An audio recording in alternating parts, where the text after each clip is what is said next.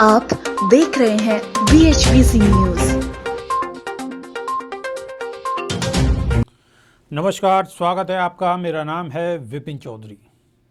इससे पहले कि मैं किसानों के आंदोलन को लेकर आपसे बात करूं, पहले वीडियो दिखाना चाहता हूं जिसमें बीजेपी के कद्दावर नेता राजनाथ सिंह कुछ ऐसा कह रहे हैं जिसे सुनकर आप खुद फैसला कर सकते हैं कि तब की बीजेपी और आज की बीजेपी में कितना अंतर है। मेरी जानकारी में यह नहीं था कि यहां पर कोई धरना चल रहा है, और जो हमारी जानकारी में पहले रहता तो मैं समझता हूं कि जिस दिन धरना किसानों का प्रारंभ हुआ था उसी दिन मैं इस धरना स्थल पर आ गया होता अपना समर्थन देने के लिए। हम कभी यह नहीं देखते हैं किस पार्टी का, किस संगठन का कोई आंदोलन है अथवा कार्यक्रम है। हमारी नजर यदि देखती है तो केवल देखती है जहां पर भी से हिंदुस्तान में किसान बैठा होगा तो यह नहीं देखना चाहिए कि वह कहां है, किस संगठन से जुड़ा है, किस पार्टी से जुड़ा है। सदैव उस स्थान पर राजनाथ सिंह हाजिर होने की कोशिश करते हैं, और आज मुझे आप सब लोगों के बीच में आने का जो अवसर प्राप्त हुआ है, एक तरफ आप लोगों के बीच मौजूद होकर मुझे खुशी की अनुभूति हो रही है, लेकिन वहीं दूसरी तरफ खुले आसमान के नीचे 3 दिनों से आपको धरना देना पड़ रहा है। यह बेहद तकलीफ की बात है। सच कहा युद्धवीर सिंह जी, इतने दिन हो गए, बगल में संसद है, निश्चित रूप से प्रधानमंत्री जी को खुफिया विभाग के द्वारा जानकारी प्राप्त हो चुकी होगी, लेकिन उन्होंने किसी को भेजकर क्या समस्या है, क्या मांग है, यह भी जानने की जहमत नहीं उठाई। लेकिन प्रधानमंत्री जी, आपको इस सच्चाई को समझना चाहिए, जिस दिन से हिंदुस्तान का किसान एकजुट होकर सड़कों पर आ जाएगा तो कोई दुनिया की ताकत उसके हौसले को पस्त नहीं कर सकती। बड़ी से बड़ी ताकतों को घुटना टेकने को मजबूर होना पड़ेगा। इस देश की सबसे बड़ी जनसंख्या यदि है तो किसानों की है, सबसे बड़ी जनसंख्या।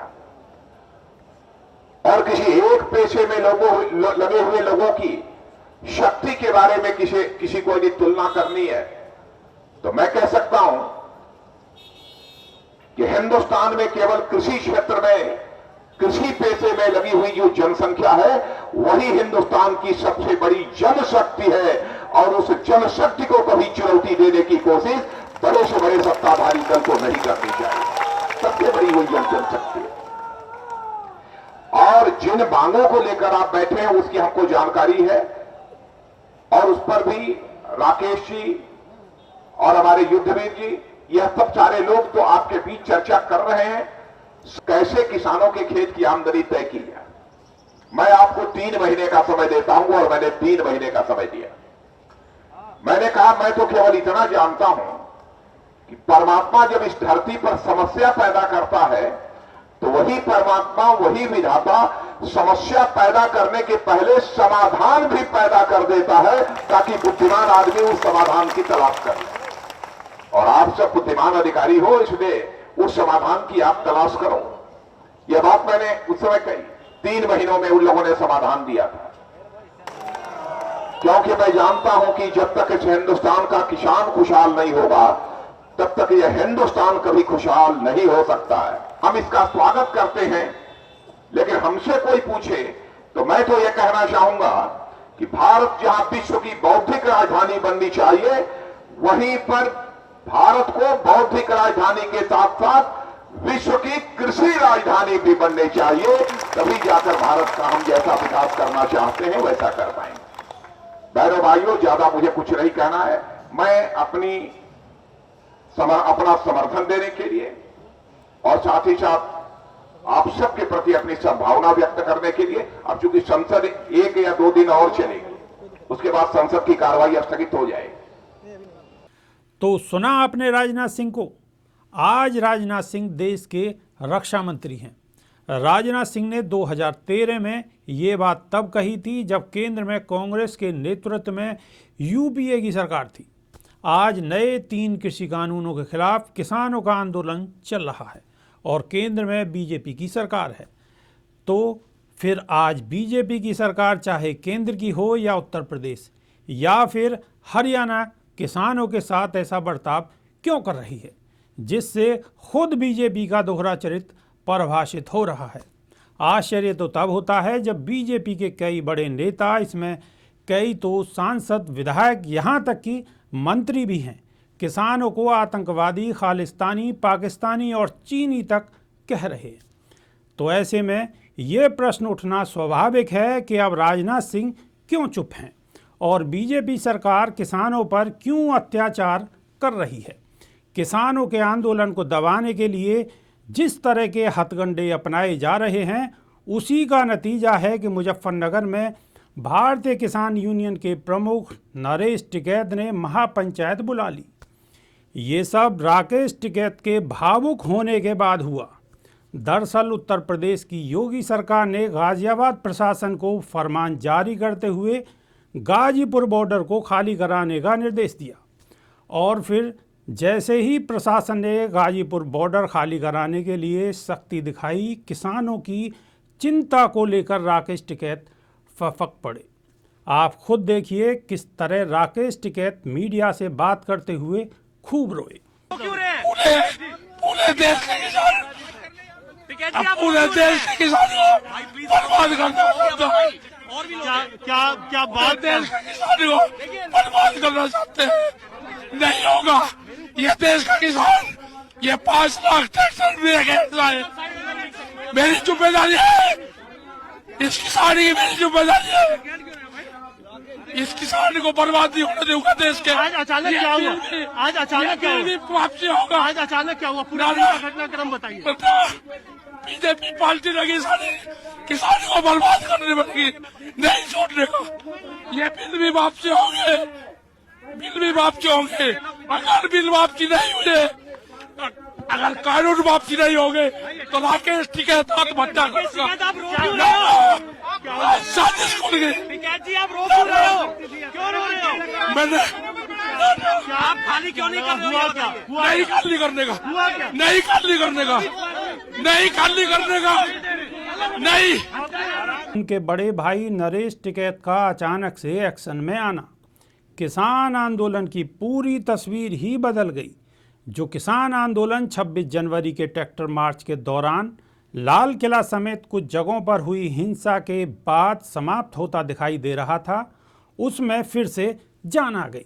26 जनवरी को हुई हिंसा के लिए किसानों ने सरकार को जिम्मेदार ठहराया तो सरकार ने किसानों को, लेकिन जिस तरह से हिंसा हुई वो तो साबित करता ही है कि इसके पीछे बड़ा षड्यंत्र काम कर रहा था। सरकार को लगा कि वो आंदोलन ख़त्म करा लेगी, लेकिन जैसा कि मैंने पहले ही कहा था, राकेश टिकैत का भावुक होना किसानों को जागरूक कर गया। अब आपको मुजफ्फरनगर की वो तस्वीर दिखाते हैं जिसने इस बात को तो साबित कर ही दिया है कि अब किसानों के हौसले पूरी तरह से बुलंद हैं। फिर किसान खालिश का शिकार हुए, फिर दवाई खालिस्तानी, फिर पानी का हमारे मान सम्मान को किसान लिए महापंचायत हुई जिसमें भीड़ इतनी ज़्यादा थी कि इसका अंदाज़ा खुद प्रशासन को भी नहीं था। तो एक तरफ बीजेपी नेताओं का विपक्ष में रहते किसानों को लेकर बयान और आज सत्ता में रहते हुए कुछ और, कि इसका अंदाज़ा खुद प्रशासन को भी नहीं था। तो एक तरफ बीजेपी नेताओं का विपक्ष में रहते हुए किसानों को लेकर बयान और आज सत्ता में रहते हुए कुछ और कहना दोहरा चरित्र नहीं तो और क्या है। वही गाजियाबाद के लोनी से बीजेपी विधायक नंद किशोर गुर्जर का किसानों और किसान नेताओं को लेकर दिया गया बयान सत्ताधारी दल की किसानों को लेकर मानसिकता को ही दर्शाता है। नंद किशोर गुर्जर ने किसानों को लेकर जिस तरह की भाषा का प्रयोग किया है उसे सुनकर आप भी चौंक जाएंगे।